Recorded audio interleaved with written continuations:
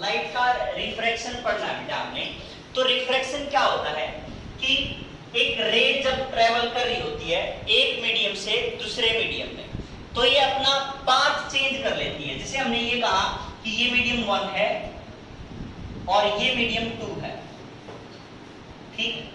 तो यहां से कोई भी रे आई, इस टाइप से कोई भी रे आई, ये जब इस मीडियम से दूसरे मीडियम में आएगी तो इन दोनों का मतलब जो जाना इसने ऐसे चाहिए था, ये रे ऐसे जानी चाहिए थी, लेकिन ये ऐसे नहीं जाएगी। मींस अपना पाथ क्या कर लेती है, चेंज कर लेती है। या तो ये यहां चली जाएगी या ये यहां चली जाएगी, ठीक है। या तो इससे दूसरी साइड या इससे दूसरी साइड। तो ये डिपेंड करता है किसके ऊपर, मीडियम के ऊपर डिपेंड करता होता है, ठीक है। अब मीडियम आपने पता होगा कि एक जैसे हमारे पास रेयर मीडियम है और एक डेंसर मीडियम है, ठीक है। एक रेयर मीडियम होता है और एक हमारे पास डेंसर मीडियम होता है। तो रेयर मीडियम कौन सा होता है और डेंसर मीडियम कौन सा होता है क्या? रेयर मीडियम जिसमें पार्टिकल्स क्या होंगे, दूर दूर होंगे, ठीक है। ऑप्टिकली रेयर मीडियम की बात कर रहे होते हैं, ठीक है। ऑप्टिकली जो मीडियम उसकी बात कर रहे हैं यहाँ पे। डेंसर कौन सा, जिसमें पार्टिकल्स क्या होंगे बेटा, पास पास में होते हैं, तो वो मीडियम कौन सा बन जाएगा, डेंसर मीडियम बन जाएगा, ठीक है। तो अब अगर यहाँ पे एक को हम रेयर माने और एक को हम डेंसर माने, अगर हम इसको रेयर मीडियम मान रहे हैं, ठीक है, तो जब एक ray travel from rare medium to denser medium, rare से कहां जा रही होती बेटा, डेंसर की तरफ जा रही होती है, तो it will bend towards the normal. ये ऐसे जाने की बजाय कैसे जाएगी बेटा, ऐसे जाएगी। मींस ये नॉर्मल है तो ये नॉर्मल की तरफ क्या हो जाएगी, बेंड हो जाएगी। समझ आई बात? तो इस एंगल को हम एंगल ऑफ इंसिडेंस बोल देते हैं, इस एंगल को हम एंगल ऑफ रिफ्रैक्शन बोल देते हैं, ठीक है। ये एंगल ऑफ रिफ्रैक्शन हो जाता है हमारे पास, ये एंगल ऑफ इंसिडेंस हो जाएगा। क्लियर है बात? अगर सेम पैटर्न में यहाँ पे ये चले हम कि ये नॉर्मल है मान लिया हमारे पास, ठीक है, और एक रे है इंसिडेंट रे, और ये हमारे पास डेंसर मीडियम है और ये हमारे पास रेयर मीडियम है, तो ऐसे जाना चाहिए था इसको, ठीक है। तो ये क्या होगी, ये एंगल ऑफ इंसिडेंस हो गया। ये इंसिडेंट रे जब डेंसर टू रेयर जाएगी, it will bend away from the normal, ठीक है। नॉर्मल से ये दूर चली जाएगी, मतलब ये ऐसे जानी चाहिए तो इससे क्या हो जाएगी, दूर हो जाएगी, ठीक है। तो अब इस साइड से ये हमारे पास कौन सी रे होगी, रिफ्रैक्टेड रे बन जाएगी, ठीक है। ये जो डेविएशन आई है, इसके पाथ के अंदर जो डेविएशन है वो किस चीज के ऊपर डिपेंड कर रहा होता है बेटा, कि कितना ये बेंड हुआ है कितना नहीं हुआ है।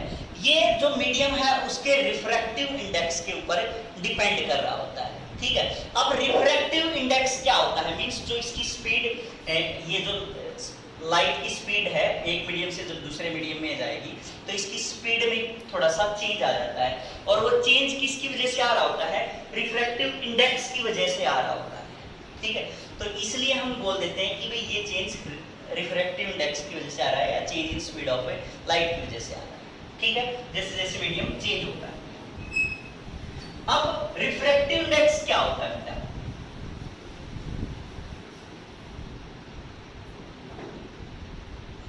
रिफ्रैक्टिव इंडेक्स, इसको हम म्यू से डिनोट कर रहे होते हैं, बेसिकली म्यू से डिनोट कर देते हैं हम इसको, ठीक है। एक्चुअल में ये रेशियो होता है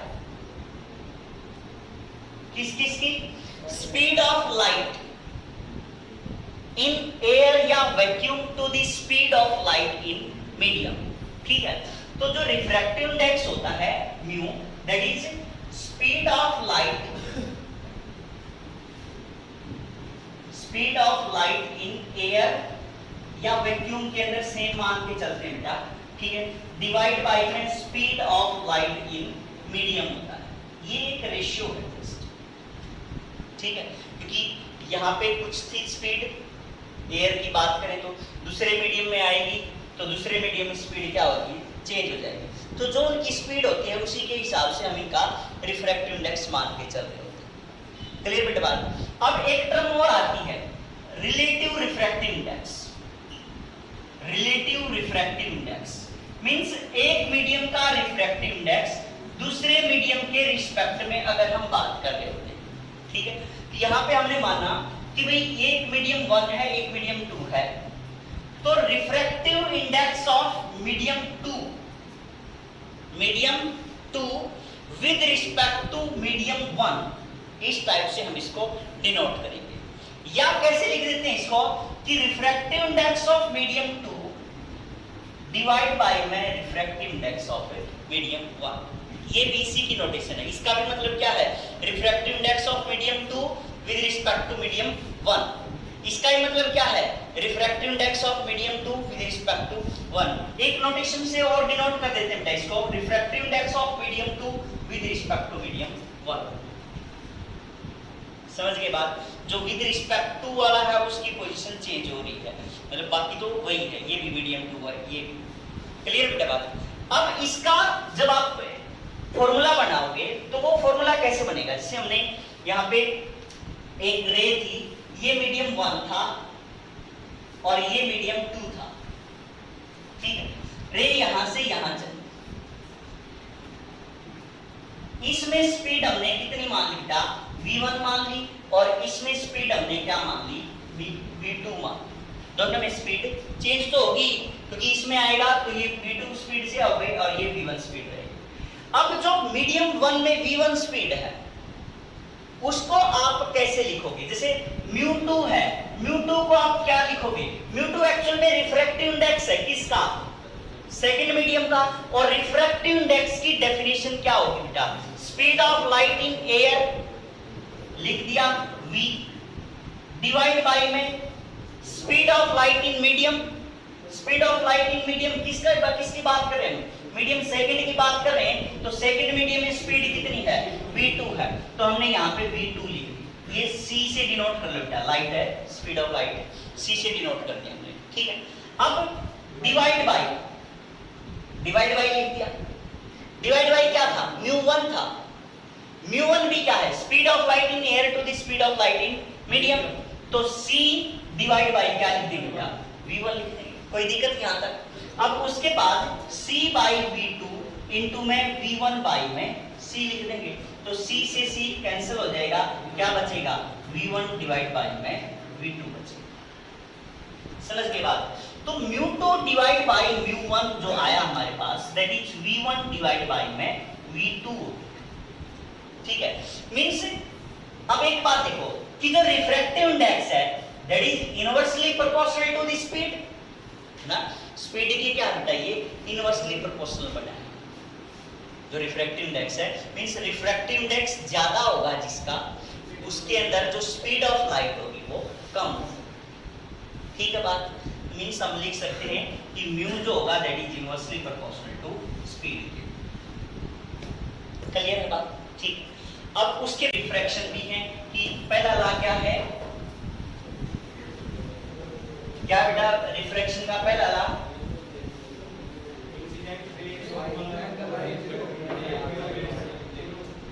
तीनों एक प्लेन के अंदर होने चाहिए, है ना।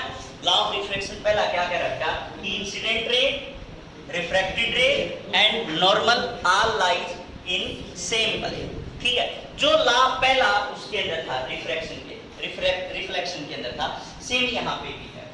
तो जो सेकंड है लॉ ऑफ रिफ्रैक्शन में, पहला सेम है कि सेम प्लेन के अंदर होने चाहिए, और दूसरा क्या कह रखा कि जो स्पीड है, जब एक रे ट्रेवल कर रही होती है एक मीडियम से दूसरे मीडियम के अंदर, तो उसकी स्पीड में चेंज आ रहा होता है, तो वो चेंज अगर स्पीड में चेंज आया तो सीधी सी बात है उसकी वेवलेंथ में भी क्या आ रहा होता है, चेंज आ रहा होता है, लेकिन उसकी फ्रीक्वेंसी कभी भी चेंज नहीं हो रही होती है, ठीक है। मतलब मीडियम अगर यहां से इसमें से ये आए इसके अंदर, तो इसके अंदर इसकी स्पीड चेंज होगी, लेकिन फ्रीक्वेंसी सेम रहती है बेटा, फ्रीक्वेंसी क्या रहेगी, सेम रहेगी। अब फ्रीक्वेंसी सेम रहेगी, स्पीड चेंज होगी, तो c इक्वल टू क्या होता है, न्यू लैम्डा होता है ना, c equal to nu lambda होता है। तो अब एक बात बताओ, ये तो कांस्टेंट होगी, फ्रीक्वेंसी सेम रहेगी, कांस्टेंट होगी। अब स्पीड बदल गई, ये वेरी कर गई, इंक्रीज हो गया गया डिग्री जो भी हुआ, तो किसको चेंज होना पड़ेगा? वेवलेंथ को चेंज होना पड़ेगा ऑटोमेटिकली। तो फ्रीक्वेंसी इसकी चेंज नहीं होती, क्या चेंज होती है? स्पीड और वेवलेंथ चेंज हो जाती है। ठीक बेटा बात? अच्छा, जो थर्ड पॉइंट है, थर्ड पॉइंट स्नेल्स लॉ। ठीक है, याद होगा आपको स्नेल्स लॉ। स्नेल्स लॉ क्या था बेटा? साइन आई डिवाइड बाय में साइन आर, है ना, इज इक्वल टू कांस्टेंट। यही था कि साइन आई और साइन आर क्या रहते हैं बेटा? कांस्टेंट रहते हैं। ठीक है, तो इसके लिए जैसे आपने जब आप इसको अप्लाई कर रहे होते हो तो कई बार कंफ्यूजन ये आता है कि भाई ये जो कांस्टेंट है ये एक्चुअल में रिफ्रैक्टिव इंडेक्स की वजह से ही है। तो ये आप कैसे करोगे इसको कि ये हमारे पास इंसिडेंट रे है और इंसिडेंट रे के साथ ये एंगल ऑफ इंसिडेंस बन गया, ये नॉर्मल हो गया, तो ये रिफ्रैक्ट होके मान लिया यहाँ पे आ गया। ठीक है, इसका μ1 मान लिया और इसका μ2 मान लिया, इसका एंगल क्या हो गया? ये r हो गया। ठीक है, तो अब आपने एक काम करना बेटा कि जिसका रिफ्रैक्टिव इंडेक्स उसी का साइन ऑफ एंगल मल्टीप्लाई कर देने आपने। कई बार ये कंफ्यूजन हो जाता है कि भाई sine i by sine r μ1 by μ2 लिखें या μ2 बाई μ1 लिखें। ठीक है, वो कई अगर हमारे पास मीडियम हो जाते हैं तो उस केस में भी कंफ्यूजन क्रिएट करता है। तो आपने कंफ्यूज नहीं होना है, सिंपल क्या करना है, जिसका रिफ्रैक्टिव इंडेक्स उसी का साइन ऑफ एंगल लिख देंगे, दोनों की मल्टीप्लाई कर दी, म्यू इनटू में साइन आई। ठीक है, इज इक्वल टू μ2 इस मीडियम में है, इस मीडियम की बात कर रहे हैं, μ2 इनटू में क्या लिख देंगे यहाँ पे? साइन r लिख देंगे। ठीक है, अब sine i by sine r, sine i by sine r, ठीक है, इज इक्वल टू क्या हो जाएगा? μ2 डिवाइड बाई में μ1 हो जाएगा। अब जो ये रेशियो है मींस रिलेटिव रिफ्रैक्टिव इंडेक्स है, refractive index of medium 2 with respect to medium 1, है ना, ये क्या रहेगा? हमेशा कांस्टेंट रहेगा, है ना। रिफ्रैक्टिव इंडेक्स तो क्या रहेगा? कांस्टेंट रहेगा। तो इसलिए हम क्या लिख देते हैं बेटा कि जो साइन आई डिवाइड बाय में साइन आर है that always remains constant. Clear है बात? ठीक है, किसी को डाउट यहां तक कोई? चलो, अब उसके बाद इसी कंसेप्ट के ऊपर बेस्ड होता है, देखो जहां पे भी रिफ्रैक्शन वर्ड मिलेगा आपको, हम स्नेल्स लॉ अप्लाई करेंगे वहां पे। जहां पे जितनी भी सारी कैलकुलेशन देखोगे आप रिफ्रैक्शन के रिगार्डिंग, सभी में आपने मोस्टली में आपने स्नेल्स लॉ अप्लाई करना है। और स्नेल्स लॉ आपको अप्लाई करना आना चाहिए। स्नेल्स लॉ कैसे अप्लाई करोगे वो ये है हमारे पास। ठीक है, कि सिंपल एक बात आपने ध्यान रखनी है, ये बात बस अपने आप आ जाएगा, सारी चीज डिराइव करोगे आप एक्सप्रेशन, उनमें भी यही होगा। ठीक है, अब उसके बाद बेटा principle of homogeneity, sorry principle of reversibility. Principle of reversibility क्या कहता है कि अगर आपके पास एक रे आ रही है इस साइड से और ये एंगल ऑफ इंसिडेंस है, ये अगर ऐसे रिफ्रैक्ट होगी रे, इसको हमने आर बोल दिया। ठीक है, और अगर आपने यहां पे एक मिरर लगा दिया इस टाइप से कि ये जो रे थी वो क्या होगी? रिट्रेस बैक, मींस यहां से इस बैक इसको रिफ्लेक्ट कर दिया आपने वापस इसी पाथ के ऊपर, तो जो एंगल ऑफ ये दोबारा बनेगा तो इस सेम एंगल ऑफ इंसिडेंस से होके वापस जाएगा। ठीक है, मींस यहां से ये आई तो ये क्या करेगी? आपने अगर रिफ्लेक्ट करा दी मिरर की हेल्प से तो ये वापस यही पाथ है फॉलो कर। ठीक है, और इसमें एक कैलकुलेशन निकल के आएगी, जैसे आपने जब ये जा रही थी तो क्या लिखोगे आप? μ1 मान लिया, इसका μ2 मान लिया, तो μ1 इनटू में sine i is equal to क्या हो जाएगा बेटा? μ2 इनटू में साइन आर हो जाएगा, है ना। तो साइन आई बाई में sine r is equal to क्या हो जाएगा? μ2 बाई μ1 हो जाएगा। μ2 बाई μ1 का मतलब μ2 1 लिख दिया। कोई डाउट बेटा यहां तक? ठीक, अच्छा, अब जब ये रिवर्स जा रही है मींस अब तो ये ऐसे आ रही थी, अब ये आफ्टर रिफ्लेक्शन की अगर हम बात करें मिरर से टकराने के बाद की अगर हम बात करें, ये इक्वेशन मान ली, मिरर से टकराने के बाद क्या होगा, ये इंसिडेंट रे बन जाएगी। तो ये क्या बनेगा बेटा, μ2 इनटू में sin r is equal to क्या हो जाएगा, μ1 इनटू में sin i हो जाएगा, जब ये वापस जा रही होती है। ठीक है, तो अब sin r by sin i is equal to क्या हो जाएगा बेटा, μ1 डिवाइड बाई में μ2 is equal to μ1 2। Equation second बन गई। दोनों इक्वेशंस को आप मल्टीप्लाई करो, दोनों को मल्टीप्लाई करोगे तो इसको मल्टीप्लाई करोगे तो sin i से i कैंसिल, sin r से sin r कैंसिल, तो इस साइड क्या बचेगा, μ21 इनटू में μ12, क्योंकि आपने मल्टीप्लाई किया है μ21 और इस साइड कैंसिल हो जाएंगे तो क्या बचेगा, यहाँ पे 1 बचेगा।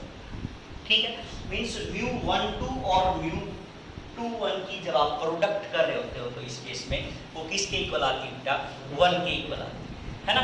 तो इससे हम एक कंक्लूजन और भी निकाल सकते हैं कि refractive index of medium 2 with respect to 1 is equal to 1 by में refractive index of medium 1 with respect to 2।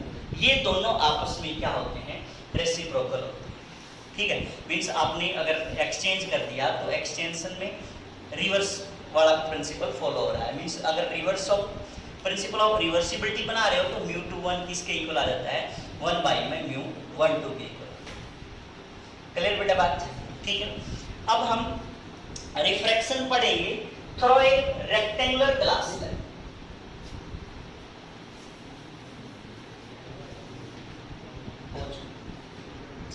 Refraction आपने स्नेल्स लॉ पढ़ लिया, ठीक है, तो स्नेल्स लॉ की हेल्प से हम रिफ्रैक्शन के ऊपर कुछ न्यूमेरिकल्स करेंगे। जैसे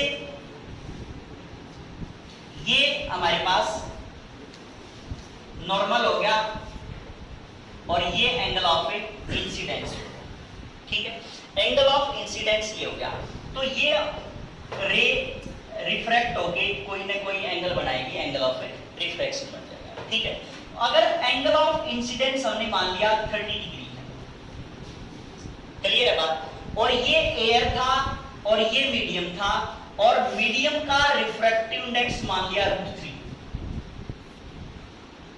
ठीक है, मीडियम का रिफ्रैक्टिव इंडेक्स कितना मान लिया बेटा, √3 मान लिया। तो calculate the angle of refraction, आपने angle of refraction find out करना है, मींस r की वैल्यू आपने फाइंड आउट करना। ठीक है, तो क्या यूज करेंगे बेटा, सीधा इसके अंदर स्नेल्स लॉ यूज करेंगे, और जो एयर या वैक्यूम लेके चल रहे हैं वहां पे हम जो इसका रिफ्रैक्टिव इंडेक्स लेके चलेंगे वो 1 लेके चलेंगे। ठीक है, तो μ1 इनटू क्या लिखे बेटा, sin 30 is equal to μ2 into में क्या लिख दिया बेटा, sin r।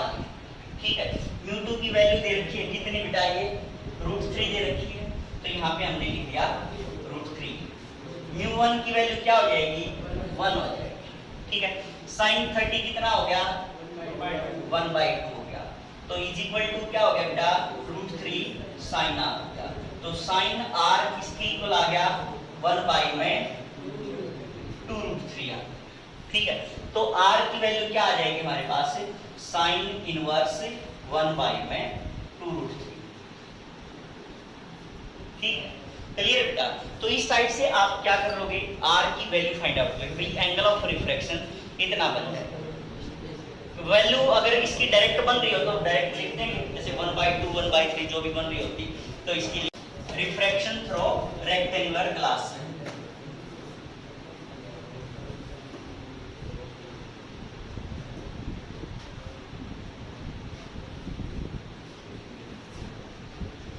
एक ग्लास स्लैब है बेटा, उसमें से रिफ्रैक्शन कैसे होगा वो आपने नोट करना है। तो यहाँ हमने कंसीडर किया एक रेक्टेंगुलर ग्लास स्लैब है और ये ऐसे एंगल ऑफ इंसिडेंस है और इसकी थिकनेस p। ठीक है, तो आपने 10th क्लास के अंदर भी पढ़ा था कि भाई लेटरल डिस्प्लेसमेंट होती है बेटा इसके अंदर, तो उस लेटरल डिस्प्लेसमेंट को कैसे कैलकुलेट कर रहे होते हैं, एक्चुअल में वो लेटरल डिस्प्लेसमेंट होती क्या है। तो यहां से when a ray travel from rare to denser, ये ग्लास स्लैब है तो म्यू जी लिख देते हैं हम इसका, यहाँ पे म्यू एयर में थी तो ये म्यू एयर लिख दिया, ठीक है। तो जब ये यहां से यहां जाएगी तो ये क्या होगी बेटा, इस टाइप से बेंड हो जाएगी टुवर्ड्स द नॉर्मल, तो ये क्या बन जाएगा एक्चुअल में आर बन, ठीक है। अब ये अगेन क्या है, नॉर्मल बनेगा यहाँ पे, ये आर तो ये भी क्या बन जाएगा आर बन जाएगा, ठीक है।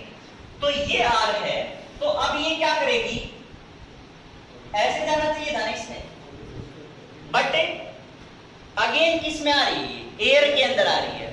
तो when a ray travel from denser to rarer it will bend away from normal, तो इसका मतलब ये अवे फ्रॉम नॉर्मल वैसे चलेगी, समझ गए बात। तो अब अगेन ये क्या बन गया बेटा, ये R1 मान लो तो इसको आप क्या मान सकते हो, R2 भी मान सकते हो, ठीक है। अब ये जो डायरेक्शन ऑफ इंसिडेंट रे थी और ये जो रे आई है इसको हम अमरजेंट रे बोलते हैं, जो ये रे निकल के आई है इसको हम क्या बोलते हैं बेटा, अमरजेंट रे बोलते हैं, ठीक है। तो इस इंसिडेंट रे की डायरेक्शन और अमरजेंट रे के बीच की जो परपेंडिकुलर डिस्टेंस होती है उसको हम क्या बोलते हैं बेटा, लेटरल डिस्प्लेसमेंट बोल रहे होते हैं। मींस ये डिस्टेंस जो बची है यहां से लेके यहां तक, ठीक है, इसको हम क्या बोलते हैं, लेटरल डिस्प्लेसमेंट। कोई डाउट बेटा यहां तक, ठीक है। अच्छा, अब इसके अंदर भी आपने कैलकुलेशन करनी है तो आप इसके अंदर भी कैलकुलेशन कर सकते हो, जैसे म्यू ए एयर के अंदर है, साइन आई हो गया, ठीक है, इज इक्वल टू ये ग्लास है तो म्यू जी लिख दिया इनटू क्या लिख दिया बेटा, साइन आर, ठीक है। अब sine i by sine r किसके इक्वल हो जाएगा, म्यू जी बाई में म्यू ए के इक्वल हो जाएगा, ये इक्वेशन फर्स्ट बन जाएगा, ठीक है। अच्छा, अब दूसरी बात, ये यहां से यहां तक हुआ, ये भी तो रिफ्रैक्शन है, इस रिफ्रैक्शन के ऊपर अगर आप स्नेल्स लॉ लगाओगे तो क्या बनेगा बेटा, म्यू जी इनटू में sine r is equal to mu a into में साइन आर। कोई दिक्कत बेटा यहां तक, ठीक है। तो अब साइन आर बाई में साइन आर टू लिखोगे तो क्या बचेगा बेटा, म्यू ए बाई में म्यू जी बचेगा, सेकंड इक्वेशन, ठीक है। तो अगर आप इन दोनों को मल्टीप्लाई कर दो, मल्टीप्लाई 1 and 2 को अगर आप मल्टीप्लाई कर रहे हो तो क्या बचेगा, sine i by sine r into sine r by में sine r two is equal to mu g by mu a into में म्यू ए बाई में म्यू जी, इसे ये कैंसिल, इसे ये कैंसिल, साइन आर से ये आर कैंसिल, ठीक है। तो यहाँ क्या बचा बेटा, 1 बचा। तो इस साइड देख रहे होगे आप कि sine i is equal to sine r two आ जाएगा कि नहीं आ जाएगा, ये उस साइड जाएगा तो sine i by sine i is equal to sine r two आ जाएगा।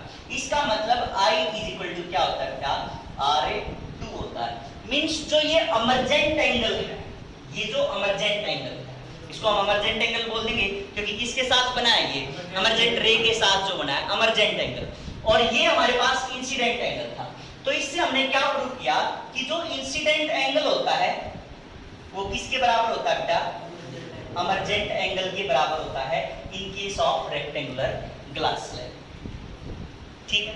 अब हम इसकी जो लेटरल डिस्प्लेसमेंट है, लेटरल डिस्प्लेसमेंट की कैलकुलेशन करेंगे कि भाई perpendicular distance between incident ray and a emergent ray, ये वाली जो डी निकालेंगे हम यहाँ पे।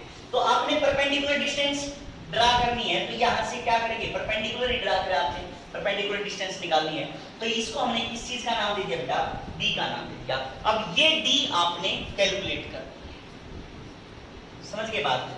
तो कैसे करोगे बेटा, देखो आपके पास एक ट्राइंगल ये है, ठीक है, और एक ट्राइंगल ये बन जाए। अगर आप इसको कंप्लीट करोगे तो ये क्या है एक्चुअल में थिकनेस है ना इस रेक्टेंगुलर ग्लास स्लैब की, तो ये भी आपके पास क्या बन जाएगी, थिकनेस बन जाएगी। ठीक है, इनकी नेमिंग करनी है, नेमिंग कर सकते हो MNOP। ठीक है, और तो नहीं बचा। चलो अब इस इनमें से हमारा मेन टारगेट क्या है बेटा, कि डिस्प्लेसमेंट जो ये लेटरल डिस्प्लेसमेंट है वो कैलकुलेट करनी है आपने। अब लेटरल डिस्प्लेसमेंट कैसे कैलकुलेट करोगे आप, लेटरल डिस्प्लेसमेंट ये कैलकुलेट करनी है।